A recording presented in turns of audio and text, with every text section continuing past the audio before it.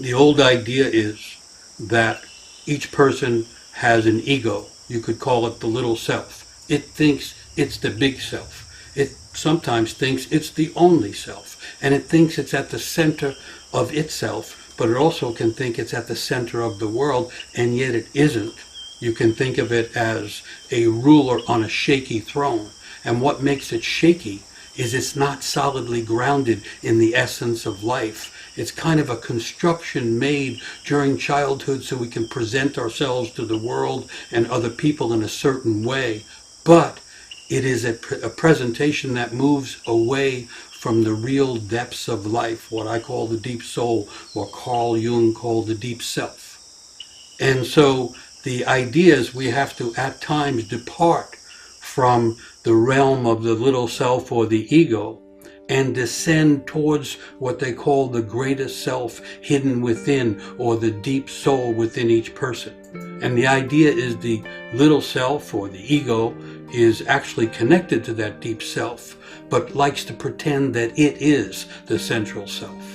But the deep self or the deep soul is this old idea that was found throughout the world in all the spiritual practices and in all the religions. The idea that there's something deep, a sense of being, a resource that we can tap into, but also this centered deep self is the place of the giftedness that's natural to each person.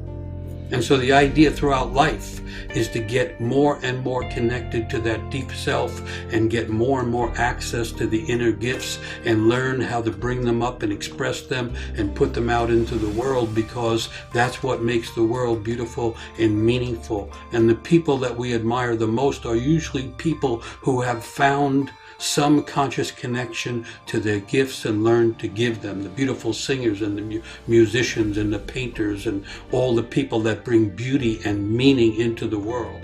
But we are all that, each person here to articulate the artful qualities buried within them.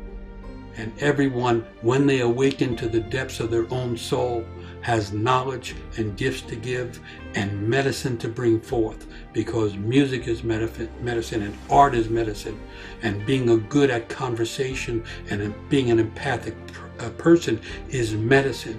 All the different forms of expression and articulation from the depth of the soul, they're all medicines.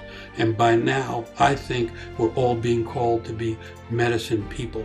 But it was really interesting to me after the first event in this series to wake up into the story of how healing began.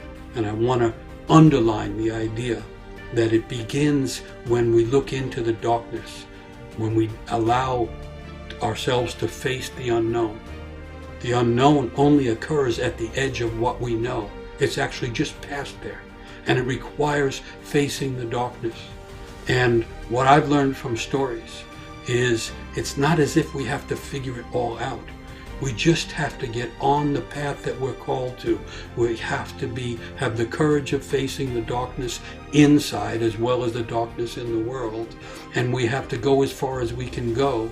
And then the other world, the unseen, the divine, whatever it is that's across from us, meets us halfway, delivers inspiration, delivers something, some great imagination that we didn't know we were capable of. The world, from the idea of the world behind the world, the eternal world, is trying to renew the world. The world is trying to renew in the midst of its own collapse. That's the old notion. And so we're being called into that. We're into it whether we like it or not.